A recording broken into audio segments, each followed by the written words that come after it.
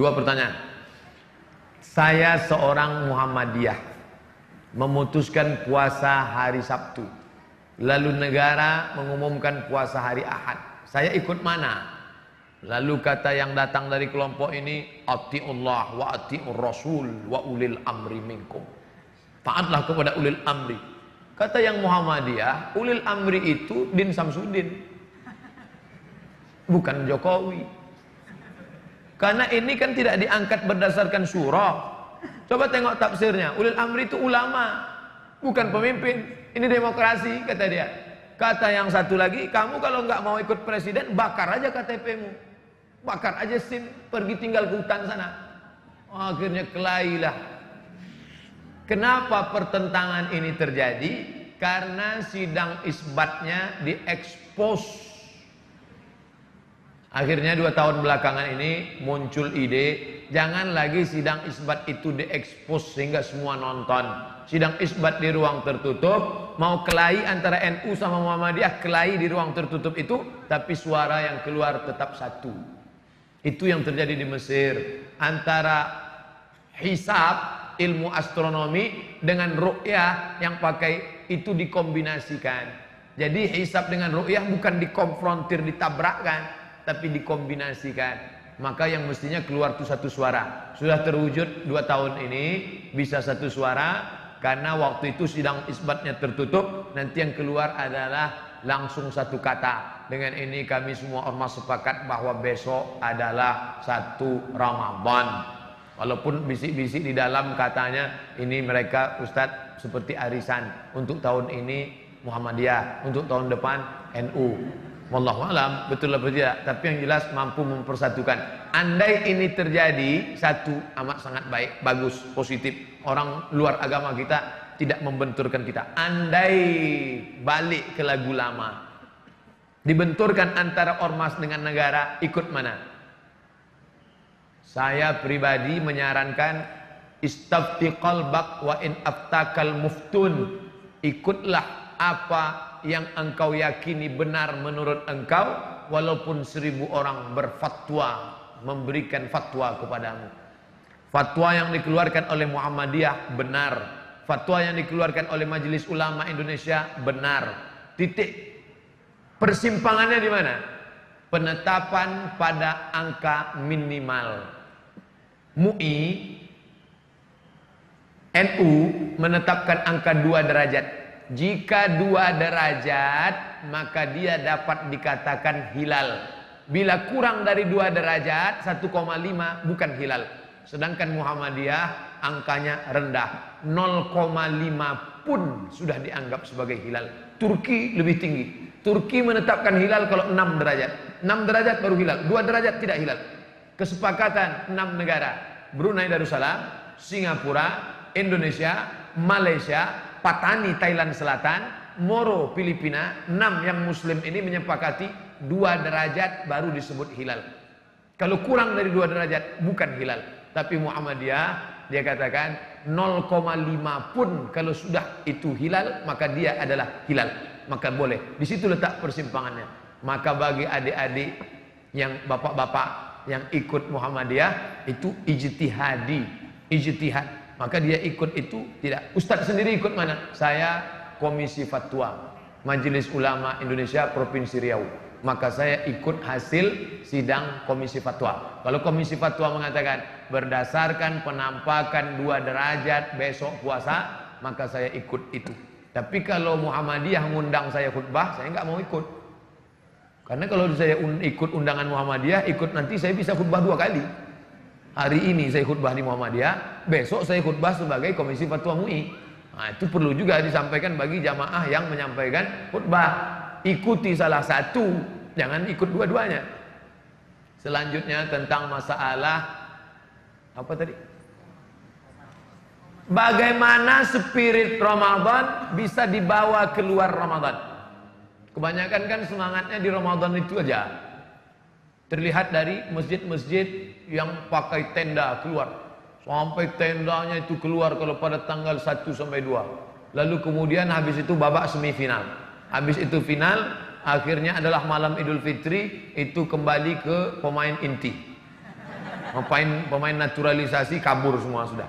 Makanya kalau kita pahami, makanya tadi awal kajian kita kalau ingat, coba ingat. Di awal kajian kita tadi adalah judulnya, jangan jadikan agama sebagai seremonial, rutinitas. Rutinitas Ramadan, rutinitas Sya'ban, rutinitas Rajab.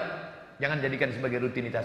Maka pahami maknanya. Syawal artinya, kita lihat penggunaan kata Syawal. Ini tiang neraca timbangan. Timbangan zaman dulu, bukan timbangan duduk, timbangan yang pakai tiang. Di sisi kiri ada alat penimbang, di sisi kanan ada alat penimbang. Ketika diletakkan barang yang ditimbang, lalu salah satunya naik ke atas, yang satu turun ke bawah. Yang naik itu bahasa Arabnya Syawal. Naik ke atas artinya Syawal. Ekor ayam turun ke bawah, ekor sapi turun ke bawah, ekor kucing turun ke bawah. Tapi ada binatang yang ekornya naik ke atas, itu disebut dengan Syawal. Apa itu? Ekor kalajengking naik ke atas.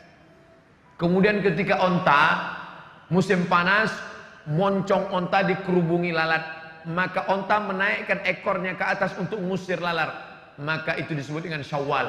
Maka makna Syawal adalah peningkatan. Makanya setelah Ramadan disuruh puasa 6 hari. Untuk apa puasa 6 hari? Semangat di bulan Syawal, semangat di bulan Ramadan, dilanjutkan ke Syawal. Itu dipahami maknanya dengan baik. Sudah saya pahami dengan baik, tapi tetap juga molor sholat subuh jam 6:30 Pak Ustaz. Maka sering-sering ngelihat orang sakit. Sering-sering ngelihat orang sakit itu membangkitkan semangat ibadah. Bagi yang sedang down sekarang, udah dengar ceramah nggak juga ngecas, nggak naik juga, maka pulang dari sini langsung ke rumah sakit. Kalau security-nya nanya, "Mas, mau jenguk siapa?" Semua yang sakit mau saya jenguk. Ikuti orang mati. Man syahidal janazata, siapa yang ikut jenazah hatta tusalla alaiha, sampai solat jenazah, lahu qirat, dapat 1 pahala. Wa man syahidal janazata, siapa yang menyaksikan jenazah hatta tudfana, sampai dikubur di liang lahat, lahu qiratan, dapat 2 qirat. Sahabat bertanya, wa mal qiratan ya Rasulullah, apa itu 2 qirat? Apa kata Rasul? Mithlul jabalainil azimaini, seperti 2 bukit Uhud yang besar. Maka apa manfaatnya melihat jenazah terbujur kaku, yang dulu kaya raya, yang dulu profesor, doktor, penguasa, yang dulu hebat, masyhur, ternyata kalau mati yang dibawa hanya amal juga. Memang yang paling sulit adalah istiqomah. Makanya ketika seorang sahabat bertanya, "Ya Rasulullah, ausini wa aujiz, berikan aku 1 pesan, jangan banyak-banyak, singkat, padat." Apa dia? Qul amantu billah tsumma istaqim. Istiqomahlah. Makanya orang yang istiqomah itu balasannya luar biasa. Ketika sebelum malaikat maut mencabut nyawanya, maka malaikat sudah turun berbisik ke telinganya, alladzina qalu rabbuna Allah, orang yang mengatakan Tuhanku Allah, tsumma istaqamu, kemudian istiqamah, tatanazzalu alaihimul malaikah, turun malaikat berbisik ke telinganya, alla takhafu, jangan kau takut, wala tahzanu, jangan kau sedih, wa abshiru bil jannati allati kuntum tu'adun, berbahagialah engkau mendapatkan surga yang dijanjikan oleh Tuhanmu, dan yang dapat itu hanya istiqamah. Maka terus berjamaah, alaikum bil jamaah. Ada pengajian, datang. Ada kajian-kajian dekat rumah, di masjid, hadir. Itu salah satu cara untuk istiqomah. Lihat orang sakit, jenguk orang mati, terus berjamaah. Harus ada memaksakan diri. Kalau kena tidak ada, kamu kenapa enggak kajian? Saya ngalir aja lah seperti air. Ngalir apa? Iya, kalau airnya kalau air comberan, ngalir aja lah. Terserah yang di atas aja lah. Apa di atas? Cicak. Harus ada bergerak, ngerti, paham. Wallahu a'lam bishawab. Baik. Banyak. Sampai kapan batas boleh mengqadha saum? Ini puasa Ramadan tahun lalu. Ini 29 hari lagi puasa. Maka puasa yang ini diqadhanya kapan? Nih, qadha artinya ganti.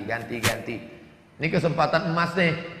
Puasa, ganti puasa sekarang. Siapa yang mengganti puasa di bulan Sya'ban, hari Senin automatically dapat 3. Puasa qadha lunas 1 hari, puasa raj sunat Sya'ban dapat, puasa hari Senin dapat. Niatnya 1 aja.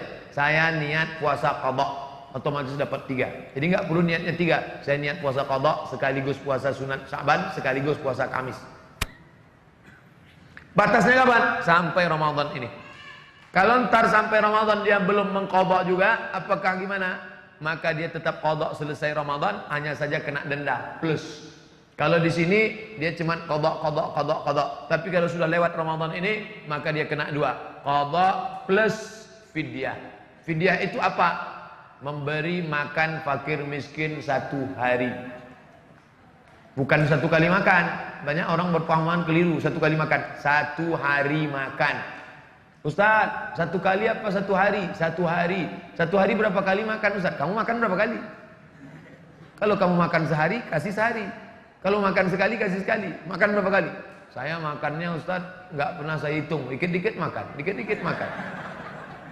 Paling tidak 3 kali. Makan pagi, makan siang, makan malam.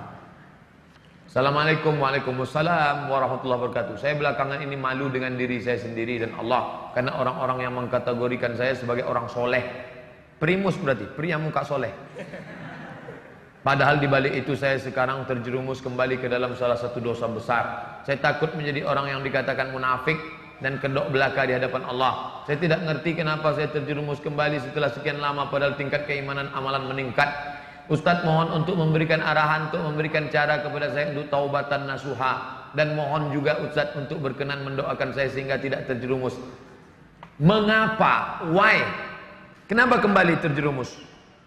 Maka kalau ada orang tobat, setelah tobat dia kembali ke masa lalu, yang perlu ditelusuri adalah mengapa dia kembali. Akar masalah penyakitnya apa? Saya kembali ke yang lama itu Pak Ustadz karena masalah ekonomi. Oh, berarti anda terjebak riba.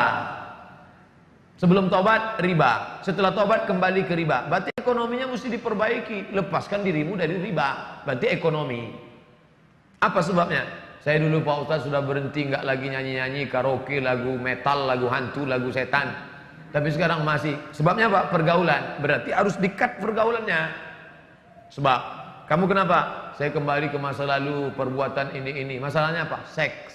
Kenapa muncul masalah seks? Karena belum menikah. Ya nikah.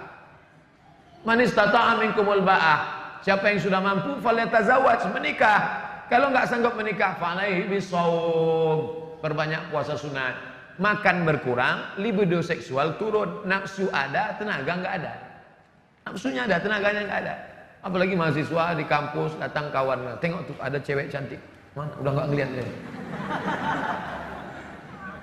Maka disuruh banyak mempuasa sunat. Maka jangan mengobati masalah yang sebenarnya bukan inti masalah. Maka saya kalau ceramah saya mesti tahu dulu ini masalahnya apa. Jangan sampai kita bawa entrostop, ternyata orang sakit migrain. Kita bawa bodrek, dia mencret, nggak sesuai.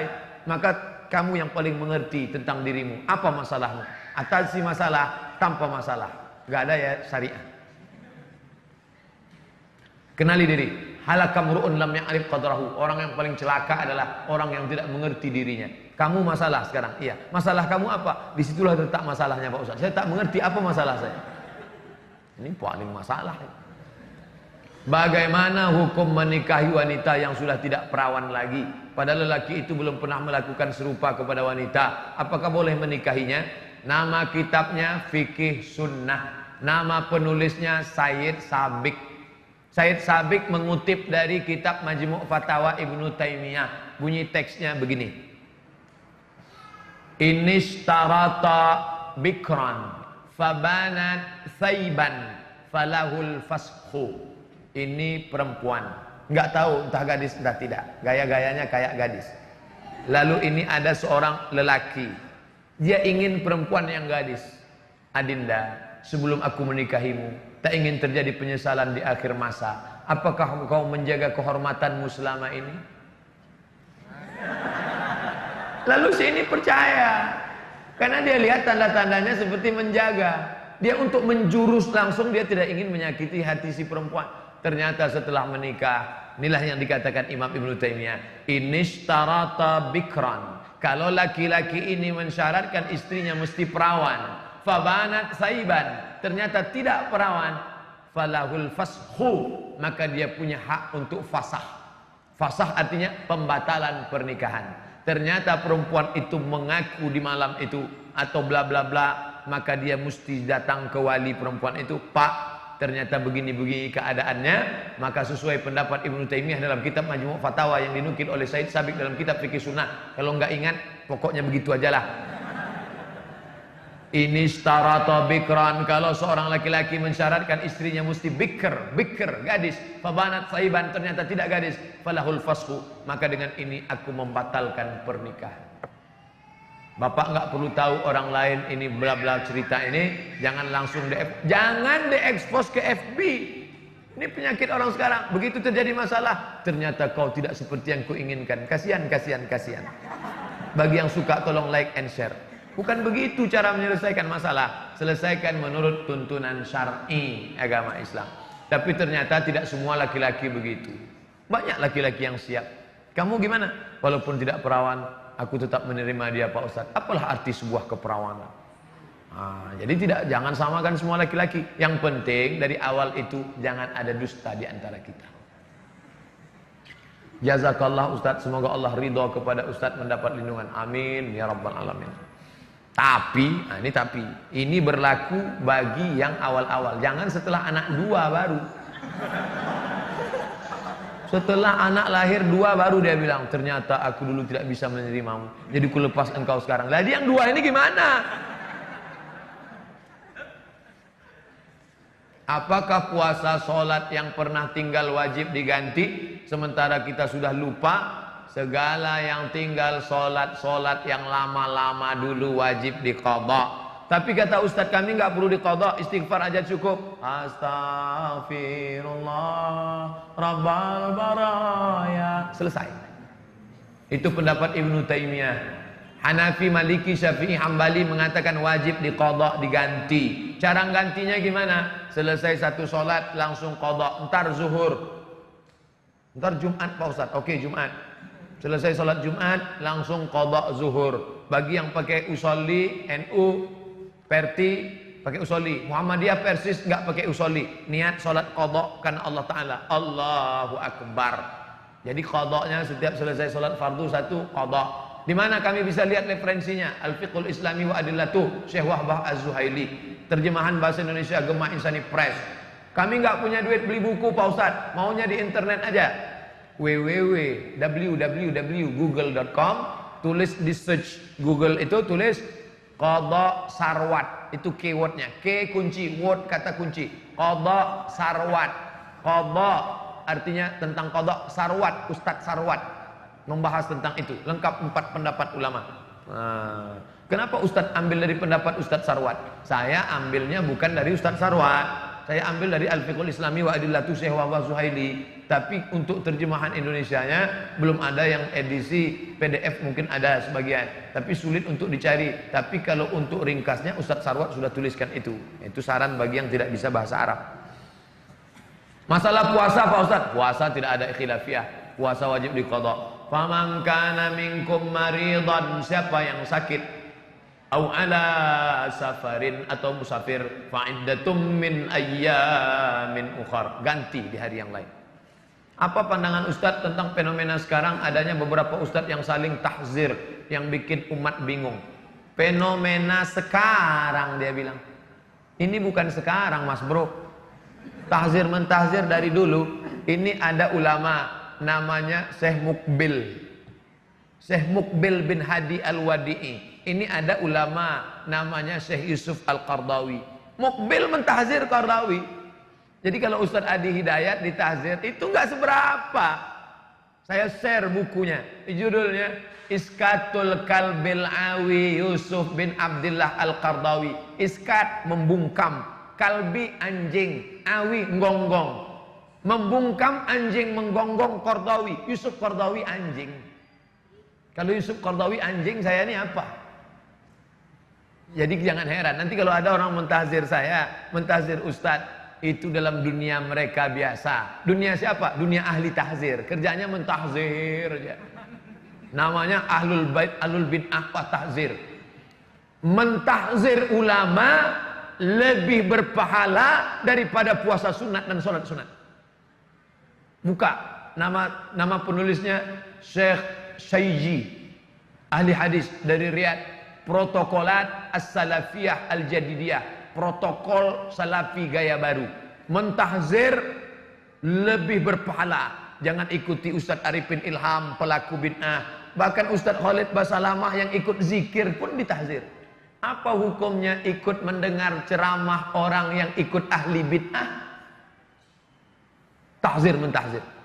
Nah, ini nama kelompoknya ahlul bid'ah wa tahzir. Biasa itu.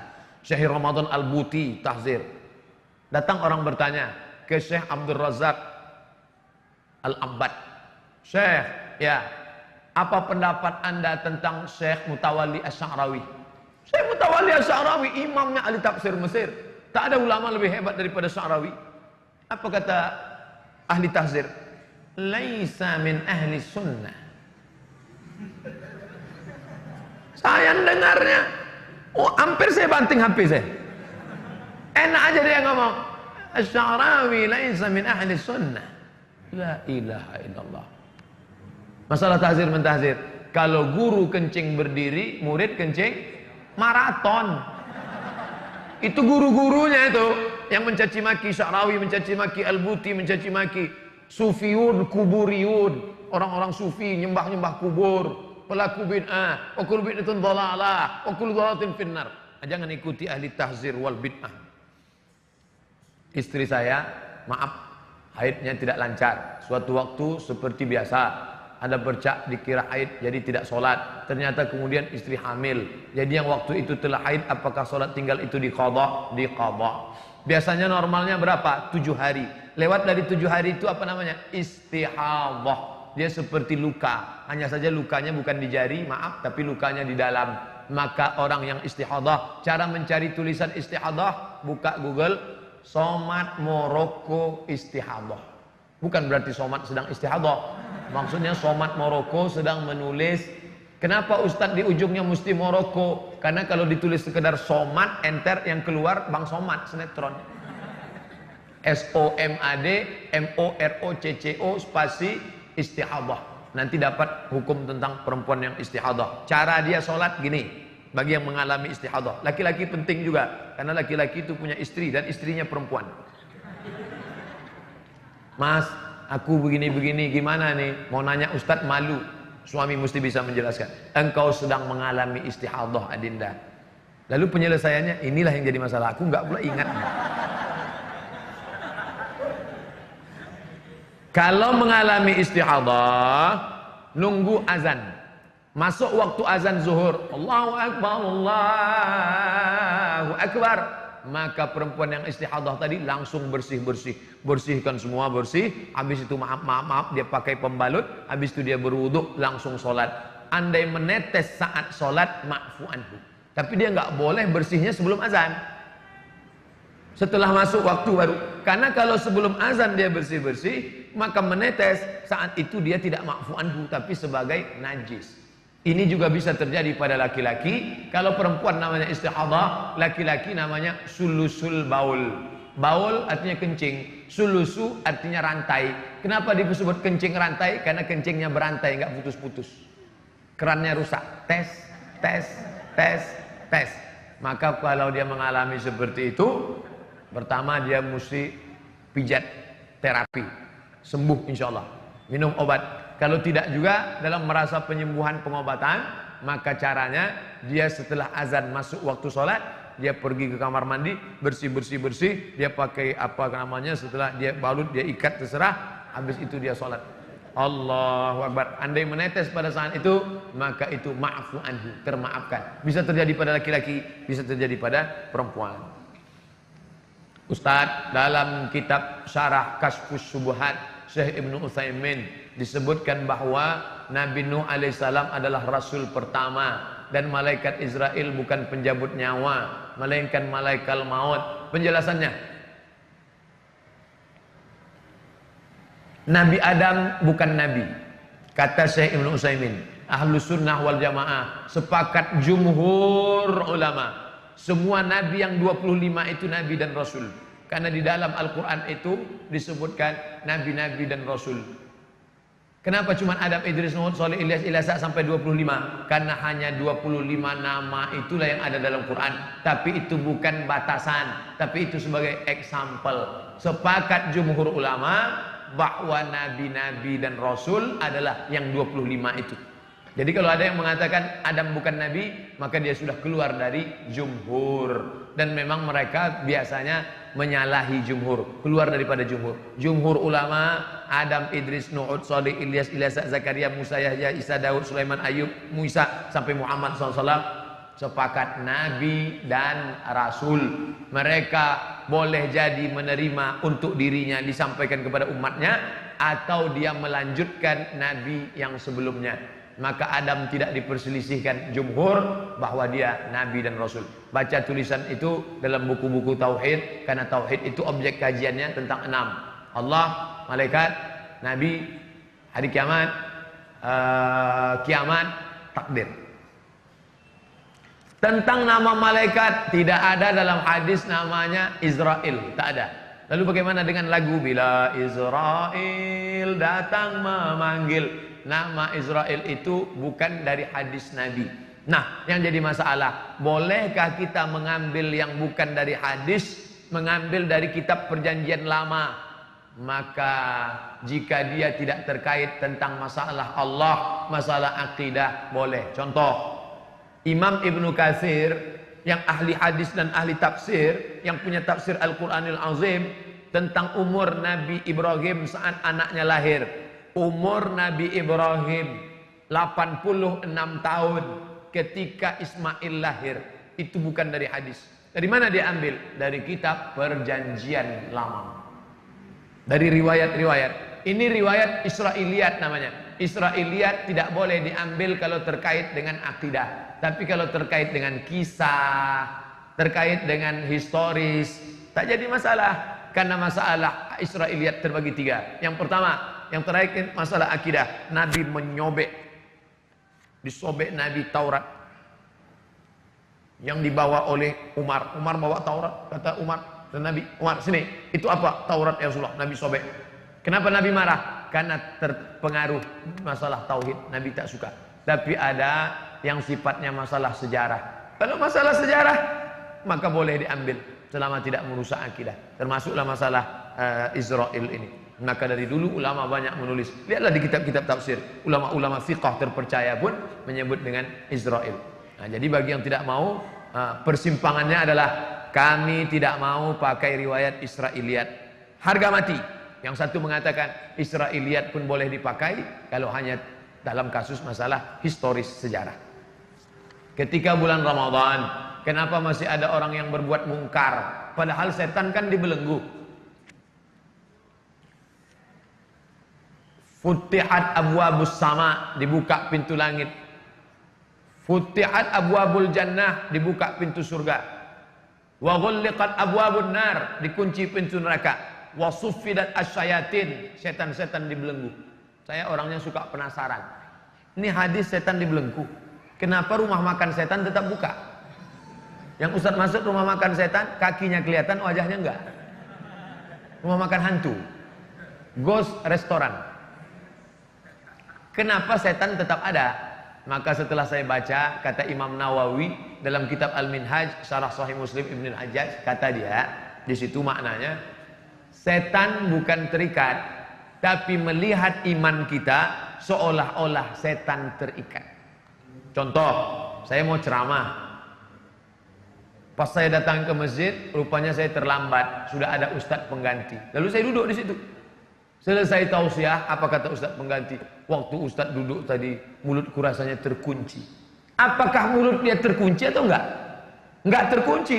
Lalu kenapa dia katakan terkunci? Karena ustadz ada duduk di situ, aku grogi, seolah-olah, sekonyong-konyong, seakan-akan mulutku terkunci.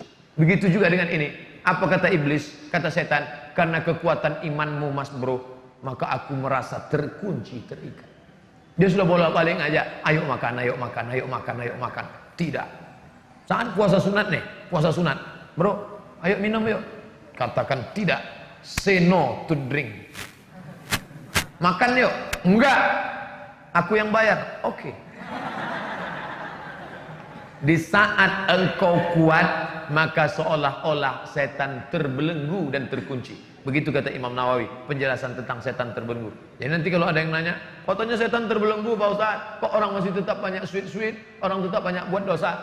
engkau akan membelenggu setan dengan kekuatan imanmu. Hukum baca doa iftitah dalam sholat sunat rawatib apa? Sunnat. Allahu Akbar kabira, Allahumma ba'id baini wa baina khatayaya, wajjahtu wajhi alladzi fatara samawati. Buka buku saya 77 tanya jawab sholat, download gratis di internet. Iftitah 1, iftitah 2, iftitah 3, iftitah 4, iftitah 5. Iftitah hukumnya sunat, baik pada sholat fardu maupun sholat sunat. Tapi kawan saya cepat betul sholatnya Pak Ustaz. Allahu Akbar, Allahu Akbar. Dia nggak baca iftitah, dia cuma baca Fatihah saja. Jadi iftitah saja, Fatihah saja sah. Baca Fatihah saja sah. Cuman ibarat makan ya nasi sama kecap doang. Tentu kita maunya full, ada sayurnya, ada dessertnya, ada cuci mulutnya, ada cuci kakinya, ada semuanya lengkap. Maka dia ada iftitahnya, ada ayatnya panjang, tasbihnya lengkap, tumakninahnya mantap. Nah, itu. Jadi jangan cuma, jadi nanti kalau kelihatan ada cepat, itu cepat betul, nasi sama kecap tuh. Ustaz, sejak guru ngaji saya tidak bisa ngajar lagi, saya jadi banyak belajar agama lewat buku dan YouTube. Bagaimana hukumnya Pak Ustadz? Ngaji lewat YouTube boleh, tapi dengan syarat yang ngomong di YouTube itu siapa. Kamu mesti tahu orangnya, orangnya ada wujudnya di dunia ini. Jangan sampai dia tak berwujud. Diberitakan ada seorang, itu nggak betul. Yang suaranya aneh-aneh itu bukan orang itu. Jangan sampai antum belajar nama guru kamu siapa? Naruto. Saya ceramah seminggu di Kuala Lumpur, jamaah titip salam. Anak-anak kecil, Ustadz mau ke Kuala Lumpur ya? Iya. Tolong titip salam sama Upin Ipin ya. Saya di Malaysia saya nggak ketemu. Upin Ipin itu fiktif, nggak ada orangnya. Jadi kalau belajar sama siapa? Sama Ustadz Somad. Ustadz itu ada wujudnya, ada. Ini orangnya, ini nomor HP-nya. Kalau nggak paham bisa ditanyakan. Ustadz dalam ceramah Ustadz yang judulnya ini saya nggak paham artinya apa. Kalau begitu modelnya bisa. Sedangkan media itu sebagai alat saja, boleh. Tapi kalau nggak jelas orangnya, saya dengar Ustadz Idrus Ramli. Ustadz Idrus Ramli itu ada orangnya. Bukan Ustadz alam goib. Ada nyata. Sama Ustadz Ade Hidayat ada orangnya. Sama Ustadz Fulan ada. Boleh nanya. Bagaimana cara melawan hawa nafsu yang selalu berbisik untuk ngajak pacaran? Pertama, buanglah pacar pada tempatnya. Ganti nomor, buang FB, putuskan. Ustadz ngomong aja. Emangnya Ustadz dulu waktu kuliah nggak pacaran? Saya kuliah 4 tahun di Mesir nggak punya pacar. Kenapa? Nggak dapat. Kampus laki-laki dengan kampus perempuan jaraknya 15 km. Al-Azhar, kami di lokal laki-laki semua. Anak Indonesia, mahasiswa Indonesia zaman saya kuliah dari 1998 sampai 2002 di Kairo. Zaman saya kuliah anak Indonesia 2.400 orang. Yang laki-laki 2.100, yang perempuan 300. Persaingan ketat. Saya diuntungkan oleh keadaan. Oleh sebab itu mahasiswa-mahasiswa saya sadar kalian zaman sekalian sekarang sulit. Dulu zaman kami kenalan sama perempuan susah. Zaman sekarang tinggal ketik namanya, langsung dapat, say hello, makan bakso 2 kali selesai. Oleh sebab itu godaan kalian luar biasa dan balasannya juga luar biasa. Al-ibadatu fil haraji, orang yang tetap istiqomah dalam ibadah padahal waktu itu zaman banyak fitnah, kahijratin ilayya. Dia sama seperti berhijrah kepadaku, kata Nabi SAW. Andai saya disuruh ada yang nawarin, Ustadz mau muda lagi umur 20, enggak sanggup saya. Godaan yang luar biasa. Tapi anak-anak muda yang sekarang istiqomah dari sejak kemarin sore di Masjid Kota Bandung Al-Fathu, anak-anak muda.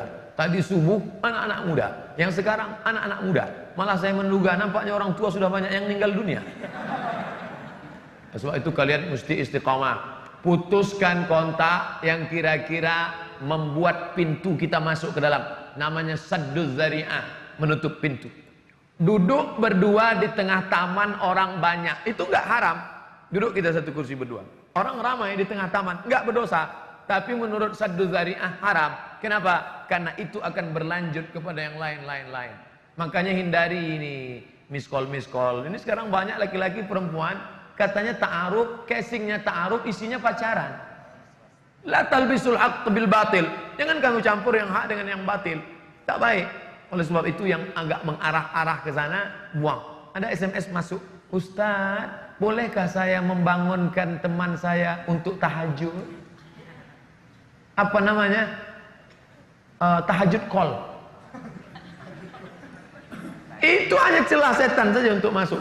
Kalau memang sudah serius, maka datang ke orang tuanya, Pak, saya orangnya mungkin tak kaya, tapi insya Allah untuk menghidupi 7 turunan siap. Saya memang mungkin tidak soleh Bapak, tapi untuk menjaganya, mendidiknya sampai dunia akhirat, saya ingin agar anak Bapak sudi menemani saya sampai malaikat maut tiba. Kenapa enggak Israel? Kami enggak percaya hadis itu Pak. Kalau Bapak siap, saya ingin pinang anak Bapak dengan setumpuk emas dan segenggam permata. Tapi kredit Pak. Jadi nggak usah lah pacaran-pacaran. Kalian istiqomah aja, sekolah yang benar, kuliah yang betul, kerja. Buktinya kawan kita, sahabat kita menikah, dapat juga yang baik, dapat juga yang solehah, dapat juga yang soleh. Maka buat baik, niat baik, insya Allah Allah kasih yang baik. Kalau Allah kasih yang tak baik, sesungguhnya Allah ingin menguji, Dia akan berikan yang terbaik. Malah dapat 2 nanti.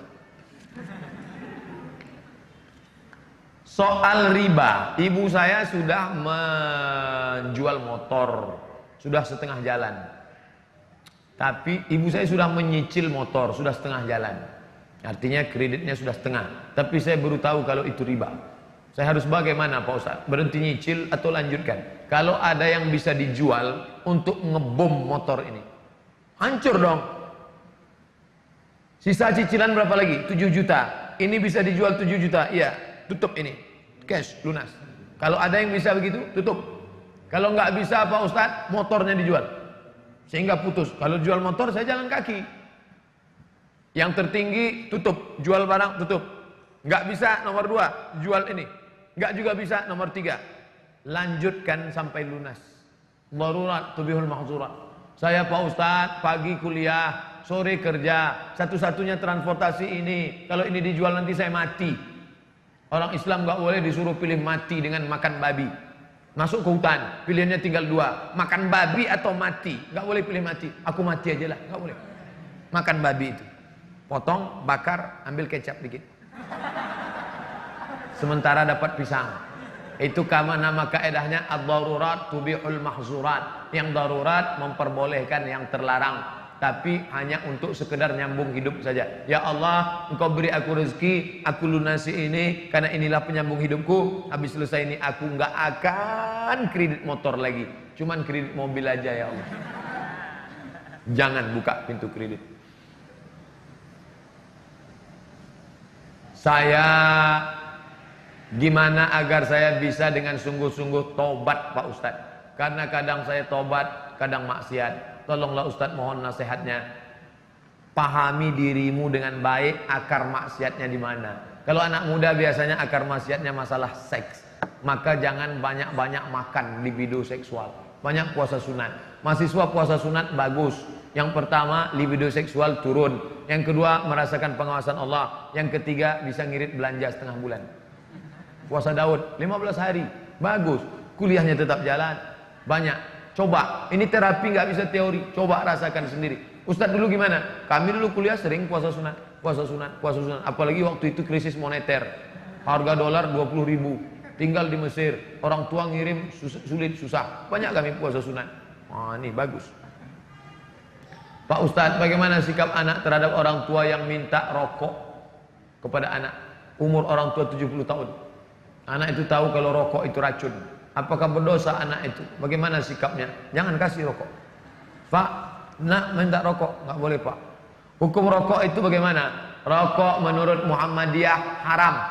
Rokok menurut Komisi Fatwa MUI haram bagi ibu hamil, ibu menyusui, orang tua, anak kecil.